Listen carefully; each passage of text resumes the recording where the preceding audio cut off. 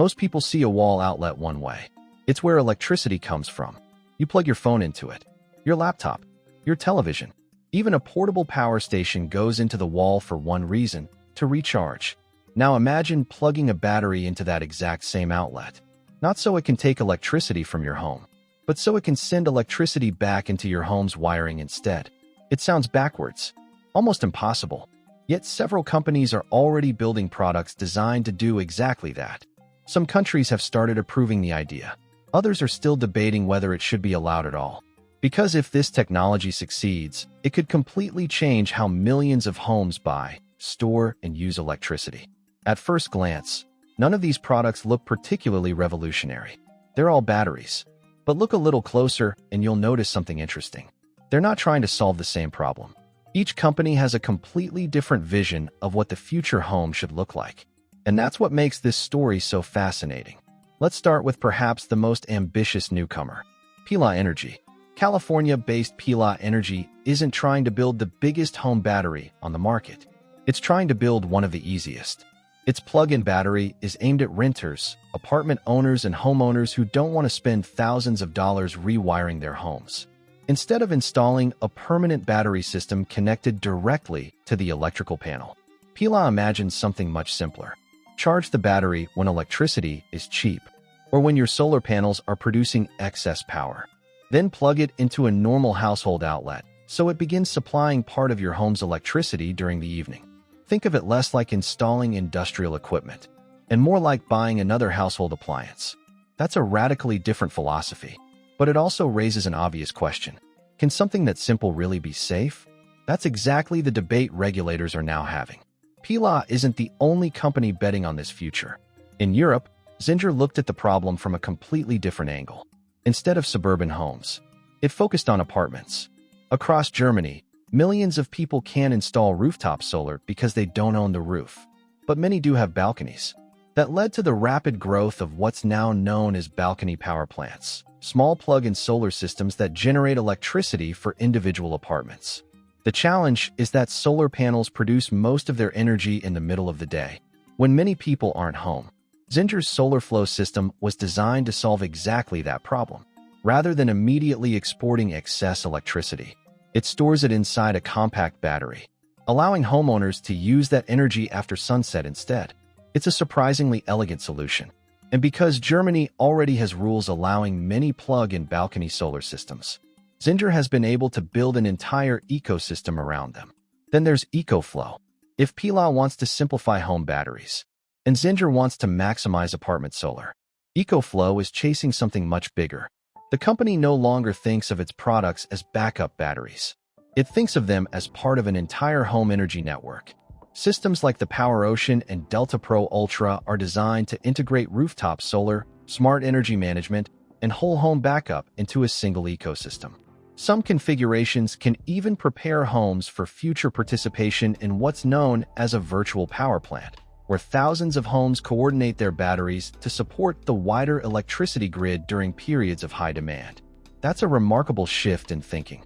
Your battery is no longer just protecting your house. Your house could eventually help stabilize the entire neighborhood.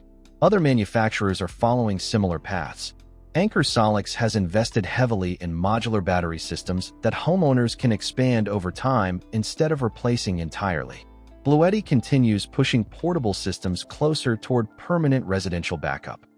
Jackery, long known for camping and outdoor power stations, is steadily expanding into more capable home energy products. Although each company approaches the challenge differently, they're all moving toward the same destination: a future where electricity doesn't simply arrive at your home. It also leaves from inside it. That sounds revolutionary. But technically, the hardest part isn't building the batteries. It's convincing regulators that they can safely send electricity back through an ordinary wall outlet. For over a century, residential wiring has followed one simple assumption: electricity flows one way, from the utility, through your breaker panel, to the outlet. These new systems challenge that assumption. If electricity can travel in both directions, how do you prevent it from accidentally flowing back onto utility lines during a blackout? How do you stop someone from overloading a household circuit? How do you make sure multiple plug-in batteries don't interfere with each other? Those questions aren't theoretical. They're exactly why electrical codes exist. One of the biggest concerns is something engineers call backfeeding. Imagine a storm knocks out power across your neighborhood. Utility crews begin repairing damaged lines, believing they're completely de-energized. If a battery continued pushing electricity beyond your home and onto those lines, it could create an extremely dangerous situation. Modern grid-tied solar systems already solve this using certified anti-islanding protection that disconnects automatically whenever the grid fails. Companies developing plug-in batteries argue that similar protections can make bidirectional plug-in systems equally safe. Critics respond that proving safety in every possible installation is far more difficult than proving it inside a controlled laboratory. That's why the debate isn't really about whether these batteries work. It's about whether they work safely in millions of different homes. Meanwhile, Germany has largely decided the technology is worth embracing. Balcony solar systems have become one of Europe's fastest-growing residential energy markets, with hundreds of thousands of new installations added in recent years. France permits plug-in solar under defined power limits. The United Kingdom is actively consulting on similar plug-and-play energy proposals. Even in the United States, momentum is beginning to build. Utah became the first state to pass legislation supporting plug-in solar. More than 28 states, along with Washington, D.C., are now exploring similar policies. At the same time, engineers are developing new safety standards like UL 3700, designed specifically for plug-in solar and storage systems.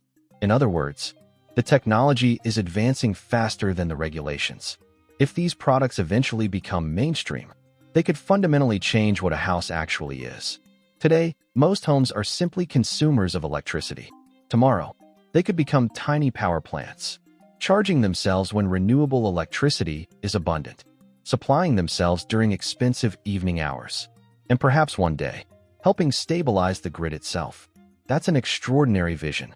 But whether companies like Pila, Zendure, EcoFlow, Anker, and others actually get us there won't depend only on better batteries. It may depend on whether governments are willing to rewrite electrical rules that were written decades before these products even existed.